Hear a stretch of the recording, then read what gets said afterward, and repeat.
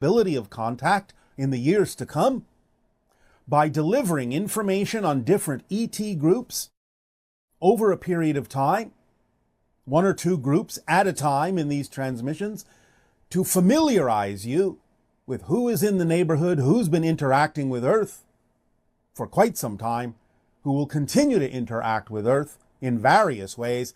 So again, it increases your sense of the reality of what's going on around you and give you a better, more grounded awareness of the neighborhood in which you live as a planet. So we will begin this particular delivery by talking about a group of extraterrestrial or extradimensional beings that have been referred to generally by many people on your planet that have interacted with them as the blue men. Now, these beings, the ones that are interacting with Earth, are fundamentally energy beings. They have the ability to take what appears to be human form, although they will mostly appear as an outline, a silhouette that is a glowing blue form, their features being relatively obscured because their true nature is energy. And in their quote-unquote natural state, you would perceive them as blue floating orbs of light. But you can see them in many cases, when you do encounter them, changing back and forth between the orbs of light and the humanoid silhouette. They will generally appear to be relatively tall, perhaps 7, perhaps 8 feet in your counting. That's just a representation of the amount of energy coming through. Again, it's not that they actually have or possess this physical stature, but it is the way they are interpreted by your reality. It's the way they present themselves in your reality. Now, they come from a civilization that actually exists on 3 different planets in their area of space. Their original planet allowed them to create a civilization where many of the so-called scientists or researchers or explorers found a way to convert themselves and exist as energy beings. However, the majority of the civilization remained physical and went on to colonize 2 other planets as they spread out among the stars. So their civilization exists on 3 different worlds. They are exploring at this time a potential 4th world upon which to expand their civilization. But what we are saying is that their civilization exists in 2 fundamental forms. Truly, solidly physical, just as you are, and the ones that have learned to convert themselves into energy beings, which are the ones that are interacting with your planet at this time. The physical ones are not.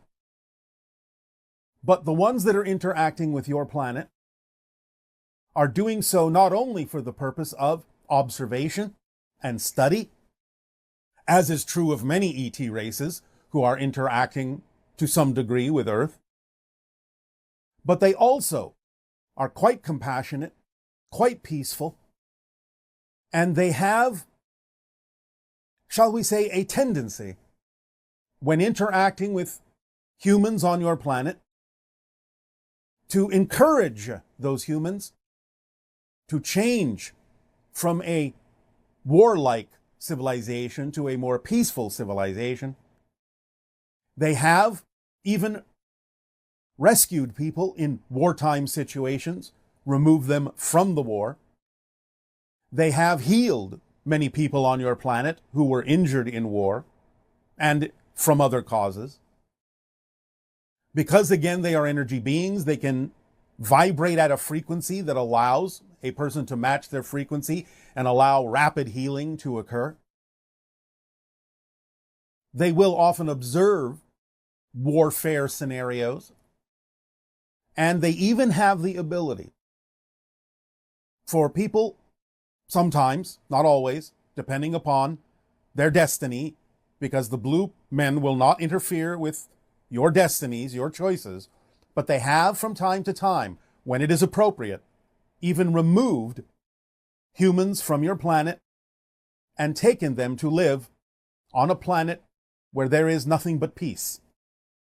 Now, when they choose to do this, it is usually because a person has been gravely injured, perhaps even fatally injured, in some sort of wartime scenario. They have the ability to actually, in certain cases, resurrect these people, resuscitate these people, and allow them to be placed on one of these planets where they can experience a life of peace away from war. So the blue men, as they are called, generally, which doesn't mean there are not females among them, but this is how they present themselves and how they have been labeled by your people, because that's how they seem to appear, as a male silhouette, glowing blue, obscured features, very tall, very energetic, very kind, very compassionate, very peaceful. These beings are continuing to interact with your people from time to time, though they generally remain in the background, because again, they cannot really interfere with anything you have chosen to be your own destiny. But nevertheless, they will appear to those in need from time to time to assist and aid them in either their healing or their removal to another place where they can experience lasting peace. And their energy on your planet gives you a greater opportunity to seek peace for yourselves by matching their frequency. Now, they have restricted themselves to some degree to the different kinds of individuals they may interact with. They may broaden their ability to interact with more of your population as the years progress. You will find in general that they will interact more often than not with the kind of people on your planet you call the indigenous groups, American Indians and so forth, because of their adherence to some of the old ways of relating to nature. Because again, they are very strongly connected to the idea of nature as the blue men. So in letting you know that they exist, you can open your minds, open your hearts, allow your energy to flow more freely, knowing that they are among you, whether you see them or not, and they are helping with their energy to give you more of an opportunity to choose peace and healing for yourselves, so that you may arrive at a time on your planet, or whatever version you shift to, that is more representative of peace and no longer or never has experienced the idea of war, strife, disease, struggle, and pain. So just open up to the idea of the blue men and see what happens energetically in your lives as you move forward. We will discuss another group during the meditation that will follow the monologue and questions this day of your time. But for now, we invite you to open up, to engage us with your questions and allow us to be of continued service to you. More specifically, integrating, we're kind of in a little bit of a time of a earth medicine renaissance where people are seeking different ways of looking past the veil. Yeah. And we're also seeing the results of maybe not doing that with prudence or due care. Yeah. My question to you would be, do you have a standard format in which you would say one should integrate when they don't understand what they've seen? Well, it's all about frequency, it's all about resonance, it's all about vibration. This is one of the reasons why we share what we call the formula with all of you. It is literally an instruction manual for how to allow your vibrational frequency to become more coherent, more harmonious, to raise your frequency in a way that makes you more receptive to higher frequency information and gives you the ability to be inspired by the information that will work for your life in the best possible way. It leaves nothing out. It's a complete kit. Whatever's important for your life theme will be given to you through the synchronicity that opens up by following the formula as precisely as you possibly can. Now, you don't have to do it, but the idea is that we have simplified it in a way where you don't need to add any more instructions. You don't need to take any instructions away. It's a very simple process, but it will give you everything that you need to allow your life to unfold in perfect timing and give you all the information you need to be able to move forward in that life. Does that answer your question? It does, and I'm familiar with the formula. Thank you very much. Thank you.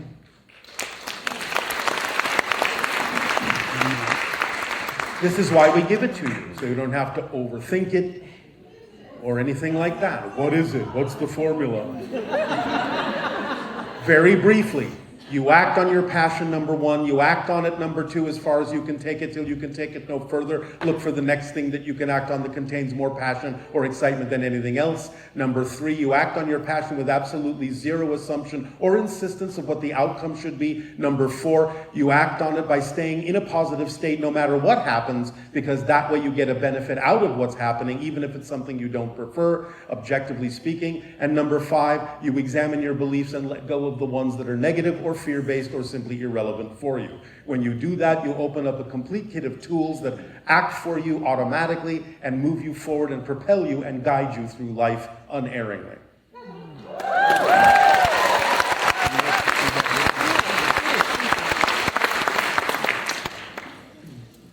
Good day. Good day. Hello. My name is Luca. If you insist.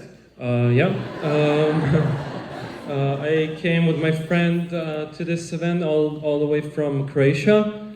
Oh, all right. I came from Thessaloniki. I wanted to ask you, understanding that we are all channeling all the time. Yes. Channeling is something I'm very excited about. Well, you have to be excited to be in a channeling state. Yeah, of course. I know you mentioned that Sedona is a vortex of energy. Yes. That it's a magnifying a place, that it magnifies the energy. It amplifies what you bring into it, yes. Yeah, and as far as I understand, when the channeling is happening, while Darryl is channeling, you're also assisting with that. You're amplifying your own energy, bringing through more of the Sasani energy with us. Yeah, so I was thinking, I wanted to ask you, I'm learning how to expand the energy more. I'm able to, what I do is I bring through one sound and then it starts vibrating. Yes. I'm connecting mostly with Sirius energy, and right. I was curious if I could do some channeling right now, if that's... No. Okay. That is not the time and place for you right now. Okay, thank you. Yeah, I just wanted to ask. If that's not possible, I'm going to switch directions. I wanted to ask, when I had what was for me a physical experience in my bedroom, it was in the middle of the night, and I saw, it was like an astral projection version of my room, and I saw three hybrid beings. It has been told to me by another channel that these beings were a version of the Sasani beings. So I was curious if that's how you look like as well, if it's similar to that, if you could tap into that energy. We are about 5 feet of your height, very white, pale skin, very thin. Our heads are slightly larger than yours. Our eyes are very much larger than yours. Ears, nose, and mouth are much smaller. Is that what you saw? Yeah, that's what I saw. I was surprised by how big the heads were in comparison to the body. And also the energy was very direct in my experience. But like in the sense that it was like I was just sleeping and they came into my room. Yes, well, you were in an altered state sufficient to be able to perceive them. Yeah, but one thing I want to mention, so I didn't feel anything like I know you've said that first contact experience is that the energy will be rising and all of that. So I presume that because I was in an astral projected state, that's why I didn't feel like the energy didn't feel so intense as perhaps you had Yes, said. of course. Most of the encounters take place in a slightly altered reality, so it won't overwhelm you. Okay. Thank Okay, you. Thank you. Thank you. Hello. Andrew, Hi, good Bashar. day. Good day. Thank you so much for coming to share with us today. It is our passion and our pleasure. Very excited to meet you in person, sort of. Well, you're not meeting me in person, but thank you for the sentiment. Okay, I have a quick question about what you discussed earlier. We always talk about what's above us in the hierarchy from over soul to... Is there anything below us? Do we create, like the soul creates us, do we create any lower consciousness beings? You have a reflection or an echo of something lower, but in terms of the idea of density, there isn't really anything below you. We're the But you have lowest. created a reflection of things. You have created a reflection of things to appear as if they are. I see. Now, even unto the idea of what you call your subconscious and unconscious, many of you define these things as if they are below your conscious mind. They're not, they're above it. They're actually closer to the higher mind vibration because the unconscious contains the totality of your entire theme in this physical reality, and the subconscious mind acts as a gatekeeper, letting through that information into the physical mind to the degree that the physical mind is capable of handling it. Yeah. Okay, that makes sense. Yes, I know, that's why I said it. Okay, so the other question has to do with all the 5G and cell tower frequencies. As long as it is tuned properly, it's not an issue. It's not. If it is out of tune, it can be. But as long as it is tuned properly, it is not an issue. Okay. Does that answer your question? Well, are they tuning it properly? I'll let you figure that out. Thank you, Bashar. Thank you.